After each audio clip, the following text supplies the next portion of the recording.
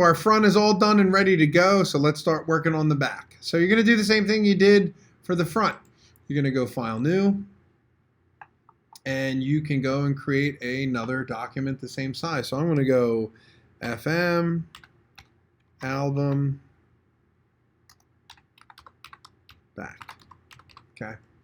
So I'm going to do, actually, I'm going to do it under print, so at least it gives me the inches and stuff size. So we're going to do 12 by 12 at 150. So remember those numbers, especially the resolution, because we do a lot of the same sizes in this program. So we'll hit create. Now we got our blank back. So the first thing we can do, just to get some points on the board, put some stuff back there. Let's just select all our fonts here, the list of the titles of the songs and the artist. I would highly recommend that you put the artist's name in there. You don't want just a list of songs because it's what you call a compilation work. So it's a compilation is a list of different artists on one album. So make sure you put the title in there too. So I'm just going to hit my type tool and make sure I'm going to select a different font because that's craziness right there. But let's just pick a very basic type style right now, just to, have something to look at. Shrink that down. Okay, so for now, not too bad. I have all my songs on here. Now I could just as easily go in and double click and just select the separate songs and paste them all over the place. So you really have to kind of figure out what it is that you want to do. Do you just want to go right down the middle? Do you want to put a number before each song?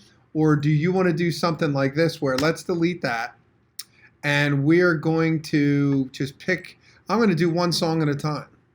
So I'm going to go over to my Word doc here. Here's a song. And I'm going to paste one song here. We'll make sure I got my text tool. Okay, there's song number 1. And then it takes a little bit of time. I'm going to jump back over. Song number 2. Do the same thing. Grab my text tool. Click again. And then start moving them around. So you kind of see what I'm starting to do here is I'm starting to work with just that idea of, having them all over the place. Okay. So I'm not going to do them all, but just to kind of show you what I'm talking about. Just do 1 or 2 more. And the nice thing about that is now they're all going to be their own layers. So you can go in and move them around and stack them and do whatever else that you want to do with them, to be honest with you. So, we just keep clicking over and we just keep dragging. So let's just say those are all our songs right now. Now I could just start here. And let's say I just want to add more pictures. So what could you put on the back? You could put maybe unused photos that you liked from all the artists that you dragged, and you want to put them on the back, go right ahead. If you want to put more pictures of yourself on the back, go right ahead. If you want to do a colored background or do shapes, that's fine too. If you like to draw a cool logo or draw a cool background, and all you got to do is take a picture of it with your phone and then airdrop it or email it to yourself, Google Drive, and then import it in to the back of your album. But the only thing I really care about is that you have your songs on the back. I would not just, go and fill it with a color and say, all right, I'm done. Put a little bit of creativity into it. I'm just going to pick a, funky color background for now, which I may not even like towards the end. But that's the beauty of Photoshop. You can, keep it. You can get rid of it. It doesn't matter. Personally, for my album design, I want to put more pictures of, myself and my family in here. Here's my wife and I. Here's a picture of me just being goofy, me and the kids. So I'm going to open all these real quick. Open them up in Photoshop. Okay. So just for the sake of just doing this quickly, I'm going to feather my selection and I'm going to select us. So there's one. See the little soft edges? Now watch what happens. I paste it in and it has this blur around it, which is really cool. So here's another one. I'm going to go select that, copy that, paste that in. There's another picture. Get rid of those. Okay, there's me being silly with a friend of mine. Copy that one. Okay, and you'll see they're all just going to stack on top of each other. And then this was the glorious victory of the Super Bowl winning Philadelphia Eagles. So that should go in there. Okay, so now I have all my pictures in.